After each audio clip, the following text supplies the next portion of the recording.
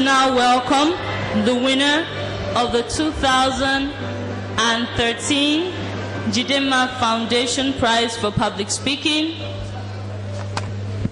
This prize goes with a cash award of 50,000 naira. Tilden Chima to give the valedictory speech for the class of 2013. Tilden Chima. A round of applause, please.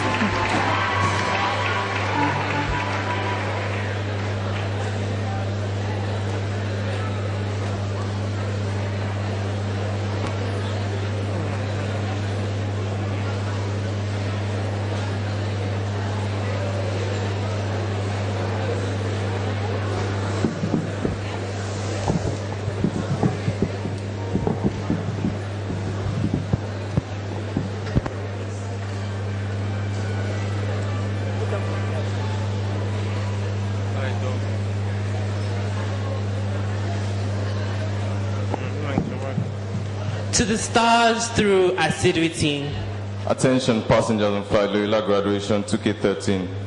Point of departure, Gidamangro. Destination, stars. This is your captain speaking with the final announcement. We are now approaching our destination with an estimated arrival time of 11 minutes 45 seconds. Please make sure that all baggage is stowed away and all electronic devices are turned off as we prepare for landing. Thank you and enjoy the rest of your flight. Finally, after all these years, we are almost there. Do you know what it's like to wake up every morning to the clanging of bells and ear-splitting bellows of a dark, mesmerizing figure?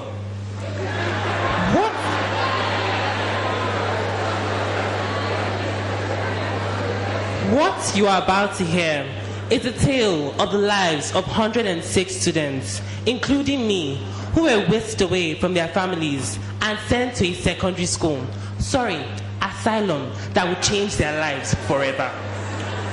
Don't get me wrong.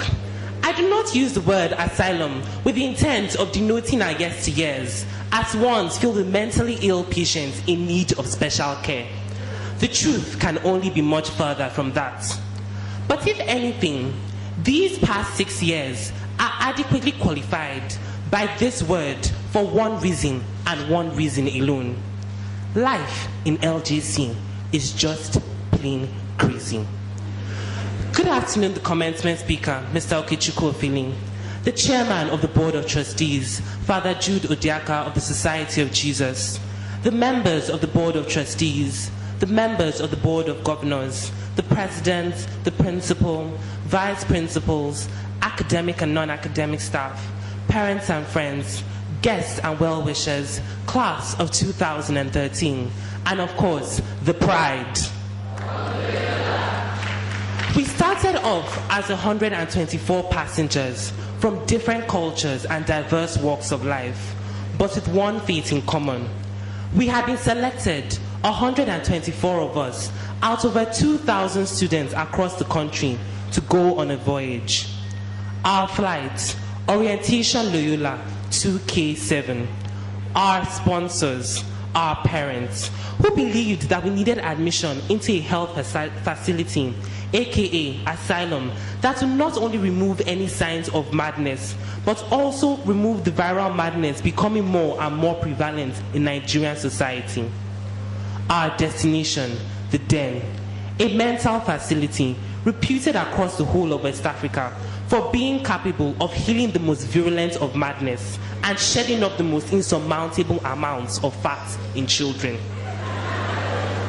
We boarded the flight as children with yet untapped potential on the 6th of September 2007.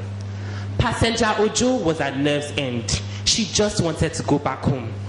Passenger Kadiri could not be more thrilled that she was going to meet her dear brother at the asylum. Passenger Mafeni slept through it all. He had no worries. Passenger Abwa would talk to everyone. Passenger Okoro would talk to no one. Our 2-day orientation flight was meant to prepare us for life in the Den. But as we would later on find out, not even 2 weeks could adequately prepare us for the life we were about to become an essential part of. LJC was not what we had imagined. Before coming to the asylum, All that we had heard had featured happily smiling children, eating cookies and slurping milkshakes for nightcap. But after the first weeks, we certainly wondered if we had heard right. With billions of assignments and class exercises given by our teachers, doctors in their own rights, the older patients who seemed a lot crazier than we were, the constant confrontation by Mr. Paulinus, disciplinarian, or should I say, custodian of the peace, and the lack of communication with what was now termed the civilized world. Our first year at the asylum was one met with confusion and utter bewilderment. We felt as if we were not being shielded from or corrected of madness, but rather being driven right into it. What in the world was happening? By our first few years in the asylum, 3 things had already been spelled out to us. 1. The den was not a place for the weak-willed or lily-livered. 2.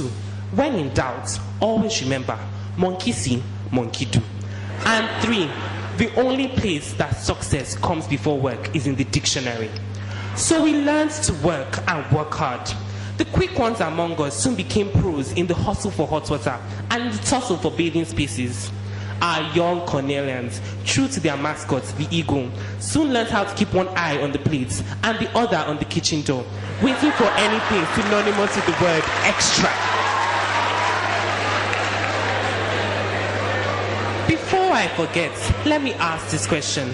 I'm sure most of you have witnessed the scorching Abuja heat, but how many of you have had to cut grass until your limbs were sore in this unforgiving weather? No hands up. I didn't think so. We had entered the last year of our junior class when the ill feeling of euphoria hit us. In our minds, we had arrived. But the administrators knew better and they sought to cure us.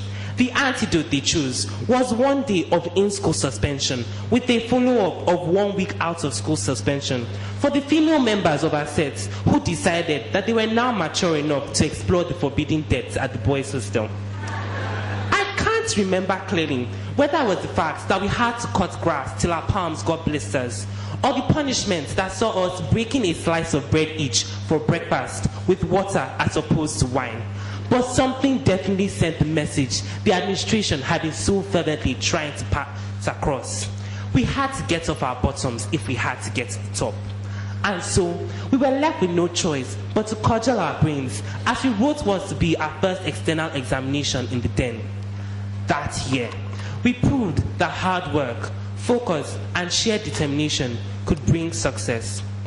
32 students got 12 distinctions, and 1 student, Blessing Puri, got all distinctions. This was a welcome bolt from the blue.